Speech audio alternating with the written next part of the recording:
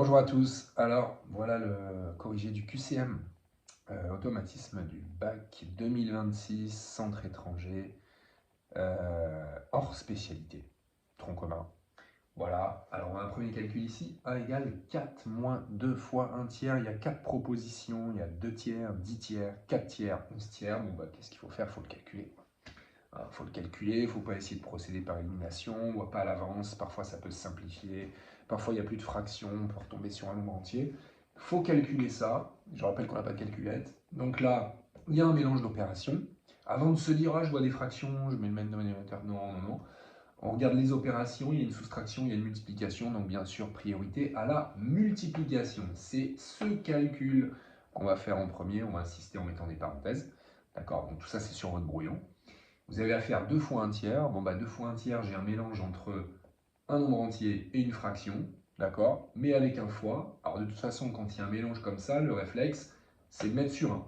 Voilà. Et après, on regarde un peu plus. Là, on doit avoir un autre réflexe. Comme j'ai un fois entre ces deux fractions, j'ai pas besoin de mettre sous le même dénominateur. Attention, je vais faire le haut fois le haut, le bas fois le bas. C'est-à-dire 2 sur 1 fois 1 sur 3. C'est 2 fois 1, 2. Sur 1 fois 3, 3. Donc ma parenthèse, elle fait 2 tiers. Il me reste donc à faire 4 moins 2 tiers. 4 moins 2 tiers, même chose, j'ai un mélange.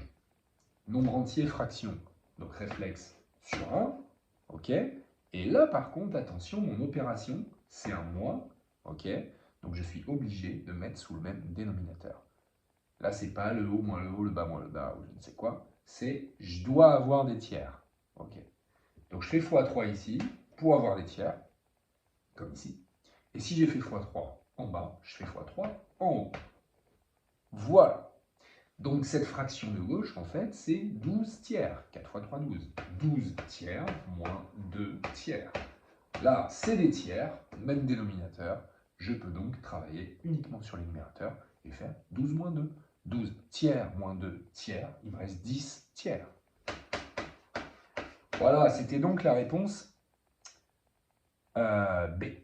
Réponse B pour la question. On est rassuré de voir que ce qu'on a réussi à faire par le calcul, on le retrouve parmi les propositions. Ok, pour la question 1. Question 2. Question 2, on a encore un petit calcul. Cette fois, il n'y a pas de fraction, mais il y a un gros mélange d'opérations. 2 fois 5 au carré plus 3. C'est la même histoire, c'est-à-dire priorité des opérations. Qu'est-ce que je vois comme opération? Un carré, une multiplication, une addition. Ben, j'ai prononcé tout ça dans le bon ordre, dans l'ordre des priorités. C'est-à-dire d'abord le carré. 5 au carré, attention, ça ne fait pas 10. 5 au carré, c'est 5 fois 5. Donc ça me fait 25. Et puis après, ma priorité suivante, ça sera le fois, qui est là. Donc 2 fois 25, qui fait 50. Puis plus 3, le résultat est donc 53. C'est bien une des propositions, c'est encore la proposition B. Donc on écrit B sur sa copie. Pas de difficulté, mais attention à la priorité des opérations. Le 3, on vous demande 25% de 250. 25% de 250, et alors là, je vais faire le truc vraiment méthodique, en mode je ne vois pas du tout ce que ça peut faire, j'ai pas la vision de 25%. Donc le réflexe calculatoire, c'est quand on veut un pourcentage d'un nombre, le pourcentage, on l'écrit sous forme de fraction, 25 sur 100, c'est la traduction du format pourcentage au format fraction, et le 2, ça vient fois 25 sur 100 fois 250. Et on a ce calcul à faire. Et ce calcul à faire, c'est un peu comme tout à l'heure, c'est un mélange fraction et nombre entier. Donc le réflexe, pareil, c'est sur 1. Donc j'ai à faire 25 fois 250 sur 100. Ça, c'est du gros calcul. Donc on va essayer de décomposer. Décomposer, ça veut dire, là, je vois par exemple, c'est 5 fois 5. 250, c'est 25 fois 10. Donc c'est 5 fois 5 fois 10. Et je vais pouvoir faire ça fois ça sur ça fois ça. C'est-à-dire 5 fois 5 fois 5 fois 5 fois 10 sur 100. Oh, ça fait beaucoup de choses. Bon, sauf que, regardez bien ce qui se passe. Là, j'ai 100 à mettre en bas. Mais 100, je peux aussi le décomposer. J'aimerais bien avoir des 5, moi. Donc, je peux l'écrire 5 fois 20, 100. Je peux même l'écrire 5 fois 20, je peux l'écrire 4 fois 5. Donc, 5 fois 5 fois 4. Et je vais barrer les 5. J'en barre 2 en haut, j'en barre 2 en bas.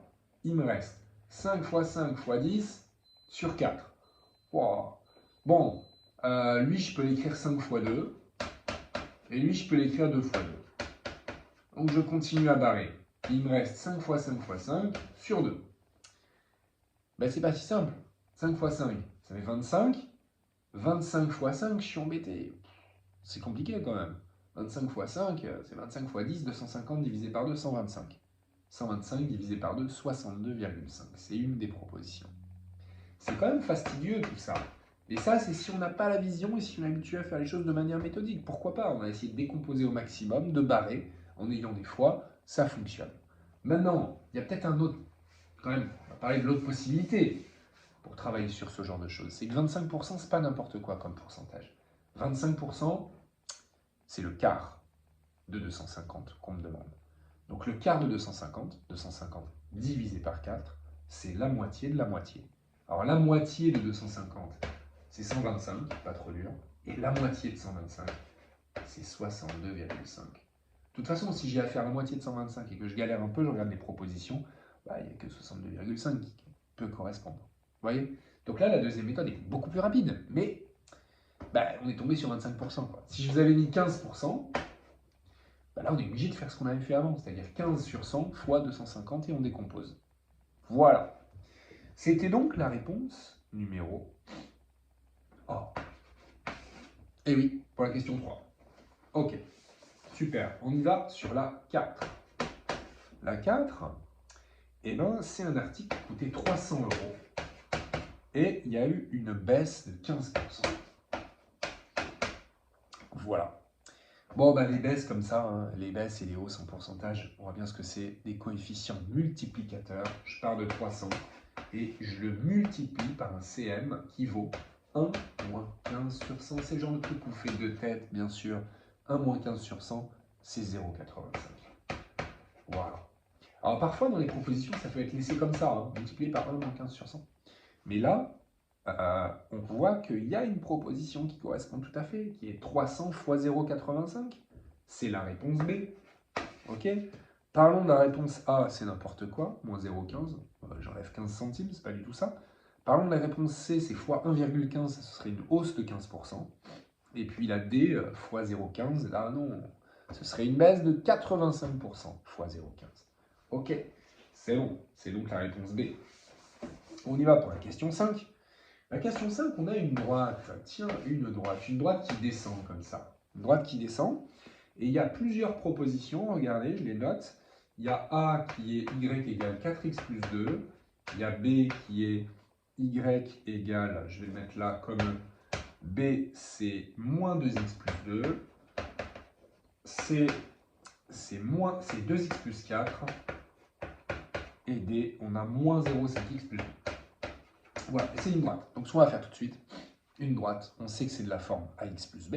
Okay. Là, toutes elles sont de la forme AX plus B, donc pour l'instant, j'ai rien à éliminer.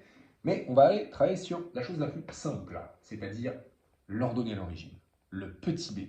Le petit b, graphiquement, vous le voyez, il vaut 2. Okay, ça se lit sur le graphique que vous avez. Et ça, c'est le petit b. Donc ça, pour l'instant, c'est bon. Il y a un plus 2. Là, il y a un plus 4. Ah bah non, n'importe quoi. 2x plus 4, ça partirait de 4 ici. Croisement avec l'axe des ordonnées. Ça, c'est possible. Ça, c'est possible. Donc pour l'instant, je n'ai éliminé que la réponse C. Je continue ma petite analyse. C'est une droite qui descend. Donc son petit a, son coefficient directeur, il est négatif. Donc ça, c'est pas possible. 4, c'est positif. Celle-là, c'est une droite qui part de 2 mais qui monte. Donc non, la mienne, elle descend. Celle-là, on l'a déjà éliminée. Ça, moins 2, coefficient directeur moins 2, ça descend. Ça aussi, ça descend. Ah, maintenant, il va falloir que j'étudie encore plus finement la différence entre les deux. Hein, parce que là, l'ordonnée à l'origine, elle est OK. Et le coefficient directeur, il est négatif dans les deux cas. Donc ça descend. Donc qu'est-ce qu'on fait? Eh bien, on va finement travailler sur le coefficient directeur en partant d'un point, en avançant de une unité et en regardant de combien je suis descendu. Je le fais sur mon graphique et je trouve qu'en avançant de 1 vers la droite, je descends d'à peu près 0,5. Bon, en tout cas, ce qui est sûr, c'est que je ne descends pas de 2 carreaux. Pas du tout. Donc ça ne peut pas être celle-là. D'accord? Celle-là, elle serait plus pentue. En avançant de 1, on serait descendu de 2. C'est celle-là qui semble cohérente. C'est celle-là, je veux dire. Et c'est donc la réponse D, moins 0,5x plus 2. On a bien analysé la montée ou la descente, le passage par l'ordonnée à l'origine et la valeur approximative du coefficient directeur de la droite, c'est-à-dire sa pente. Réponse D. Question 6. Question 6, on a une fonction. La fonction, une expression, 2x carré, moins 3x moins 4. Et on vous demande de donner sa valeur pour x égale moins 1. Qu'est-ce qu'il faut faire? Remplacer x par moins 1. Et alors attention, on le fait en faisant très attention. Entre le 2 et le x carré, j'ai un fois. Et le x, je vais remplacer par moins 1. C'est moins 1, c'est x qui est au carré, pas 2x. Donc c'est moins 1 qui va être mis au carré. Ensuite, je recopie mon moins 3. Là, j'ai un fois, donc je l'écris. Et je remplace x par moins 1. Et puis, je mets moins 4. Priorité au carré. Encore une histoire de priorité des opérations. Moins 1 au carré, ça fait moins 1 fois moins 1, ça fait 1. Et ensuite, je recopie mon 2 fois 1, je recopie mon moins 3 fois moins 1, et je recopie mon moins 4. Ensuite, la priorité suivante, ce sont les multiplications. 2 fois 1, ça fait 2. Moins 3 fois moins 1, c'est-à-dire moins 3, c'est-à-dire plus 3. Et moins 4, 2 plus 3, 5. Moins 4, ça fait 1. Conclusion, elle est proposée. C'est la réponse D. Attention, il y a eu remplacer x par moins 1, faire très attention quand on remplace, faire apparaître les petits symboles des opérations qui n'apparaissaient pas, et encore travailler sur la priorité des opérations. Super. La question 7. On a une expression à développer. On vous parle de x-4 au carré. Ceux qui ont le souvenir des identités remarquables, mais un souvenir très précis, lancez-vous avec du a-b au carré. C'est pas ce que je conseille. Là, je conseille vraiment d'aller travailler avec la distributivité, en vous rappelant ce qu'est un carré, parce que sur les identités remarquables, il y aura trop d1, de moins, de plus, tout ça. D'accord? Donc x-4 au carré, c'est en fait x-4 fois x-4. Et vous allez tranquillement développer ça, distribuer ça. C'est-à-dire distribuer les flèches. X fois x, plus x fois moins 4, plus moins 4 fois x, plus moins 4 fois moins 4. On fait très attention aux signes, vous avez vu, j'ai mis en fait des plus. Une flèche, plus une autre flèche, plus une autre flèche, plus une autre flèche, plus. D'accord? Première flèche, x fois x, plus x fois moins 4, plus moins 4 fois x, plus moins 4 fois moins 4. C'est-à-dire x carré, x fois moins 4, moins 4x, plus moins 4x, moins 4x, plus moins 4x encore, encore moins 4x, et plus moins 4 fois moins 4, plus 16. Attention aux réponses proposées, parce qu'elles se ressemblent toutes beaucoup. X carré, elles commencent toutes par x carré. À la fin, j'ai un plus 16, ce qui me permet d'éliminer deux réponses C et D. Et attention aux erreurs possibles sur le moins 4x, ça ne s'annule pas. Ce serait moins 4x plus 4x qui s'annulerait. Et moins 4x et encore moins 4x, ça fait moins 8x. Donc ça me donne x carré moins 8x plus 16. C'est donc la réponse A pour ce développement. Ok? Avec l'identité remarquable, c'est immédiat, mais attention, voilà, conseil quand même de travailler sur la distributivité, qui est moins source d'erreur. Vous avez tout à fait le droit, en plus on est en QCM, donc voilà, faites ça au brouillon. Bon, ensuite on a une courbe, vous voyez, une courbe qui fait à peu près ça, et on vous demande de résoudre une inéquation. Inéquation, il faut savoir la prononcer. Ça se lit f de x supérieur ou égal à 3, c'est-à-dire qu'on se demande quand est-ce que la fonction, elle est au-dessus de 3. Au-dessus de 3. Quand est-ce que les images sont au-dessus de 3? F de x, c'est les images, c'est-à-dire quand est-ce que les ordonnées des points de la courbe sont au-dessus de 3. Alors moi, concrètement, eh bien, je me mets, alors je ne peux pas dessiner mon repère, voilà, qui est comme ça, et je vais tracer une droite qui passe par 3 en ordonnée, et je vais aller regarder où est-ce que ma fonction, elle est au-dessus de 3. Mais où est-ce qu'elle est au-dessus de 3? C'est quand elle est au-dessus de la droite, c'est-à-dire là, sur cette zone. D'accord? Cette petite zone là. Ok? Alors, c'est pas en un seul point qu'elle est au-dessus de 3, c'est en tous ces points-là. Il y en a plein, plein, plein, plein, plein. Je ne vais pas tous les écrire, il y en a trop. Mais c'est à partir de combien? Ben, c'est à partir de, je regarde bien, moins 5. Et ça va jusqu'à moins 2. Mais entre les deux, bah, il y a plein de valeurs de x pour lesquelles leur image, elle est au-dessus de 3. Donc, ce n'est pas juste moins 5 et moins 2, les solutions de mon inéquation. C'est tous les nombres qui sont entre moins 5 et moins 2.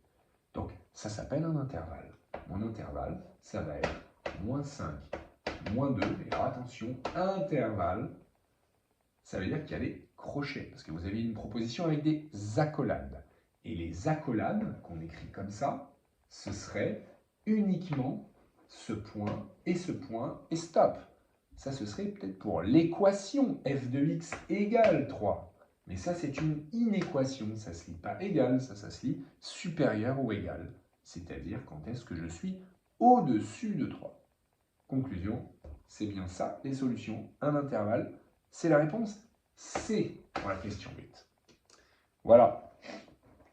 Question 9. Question 9. A, une petite équation. Cette fois, pas une inéquation, une équation. Équation 2x plus 4 fois moins 3x moins 9 égale 0. Alors ces équations-là, il ne faut surtout pas développer avec les flèches, comme tout à l'heure. C'est-à-dire que c'est des équations qui se coupent en deux. Ça s'appelle la règle du produit nul. Un produit, il y a un fois entre les deux blocs là, est nul, 0, si et seulement si l'un de ces facteurs est nul, c'est-à-dire ça égale 0, ou alors ça égale 0. Donc on sépare de deux, on obtient deux petites équations du premier degré. Voilà, on résout tranquillement. 2x égale moins 4 en passant le 4 de l'autre côté. X égale moins 2. Moins 4 divisé par 2. Ici, moins 3x égale 9. X égale, je divise par moins 3, le nombre qui est accroché au x. 9 sur moins 3, ça fait moins 3.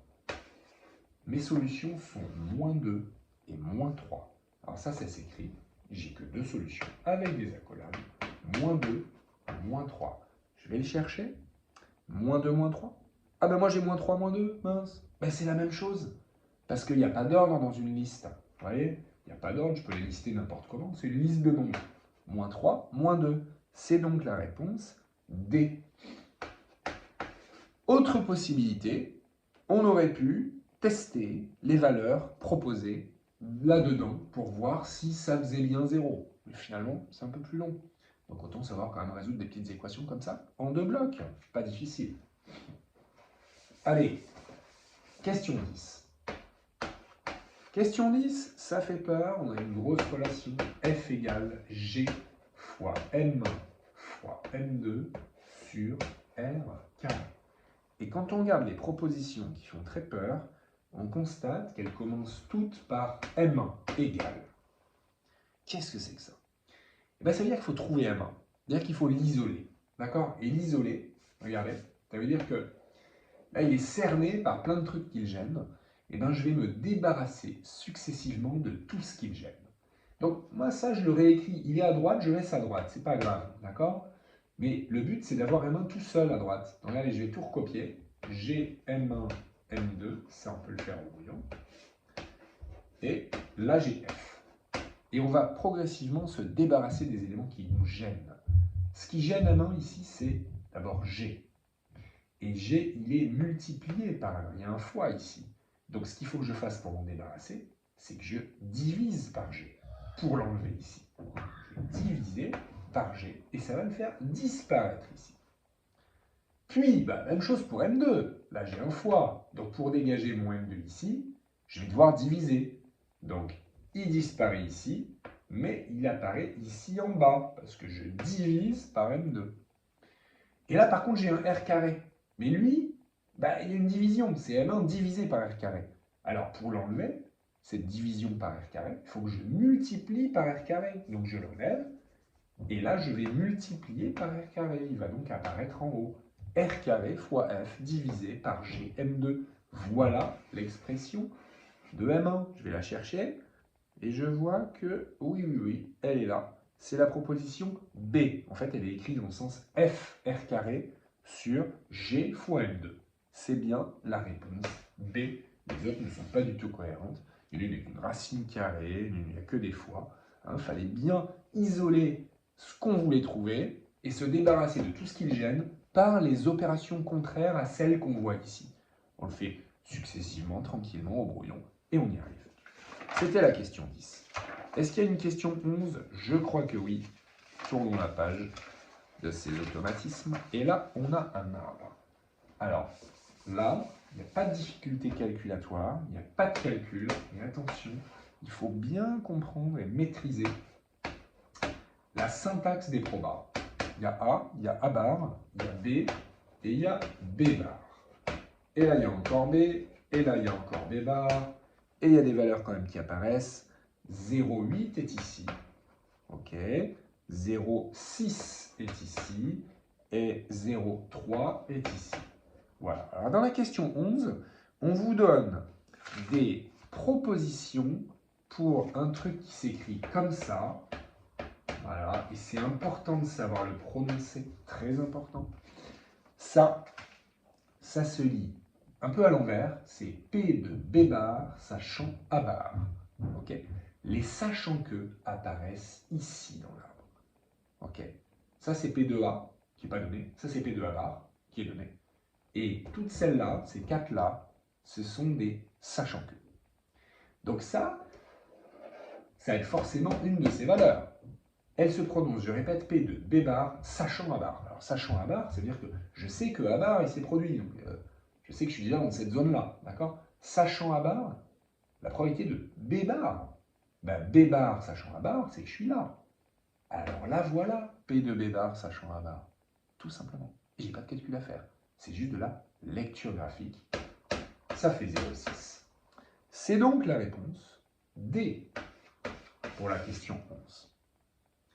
Question 12. C'est avec le même arbre. Et cette fois, qu'est-ce qu'on me propose? D'aller chercher P de B bar sachant A. P de B bar sachant A. Vous avez vu, donc je le prononce à l'envers. Hein, P de B bar sachant A. Donc sachant A, c'est là. P de B bar sachant A, ben c'est celle-là. Ah, mais je ne la connais pas. Et c'est bien celle-là. Ok? Ben alors là, c'est facile. Vous savez que quand il y a un nœud, comme ça, dans un arbre, la somme des deux branches, elle doit faire 1. Donc là, par exemple, j'avais 0,8, là, je dois avoir 0,2. Là, j'ai 0,6, ben là, je dois avoir 0,4. Ok? Je vais le recopier sans l'entourer. Et donc là, j'ai 0,3. Et donc là, j'ai 0,7. Parce que la somme des deux doit faire 1. Conclusion, P de B bar sachant A, B bar sachant A, c'est ça. Ça fait 0,7. Est-ce que c'est proposé? Oui, c'est la réponse D aussi pour la 12. C'est fini. Ça ira pour vous.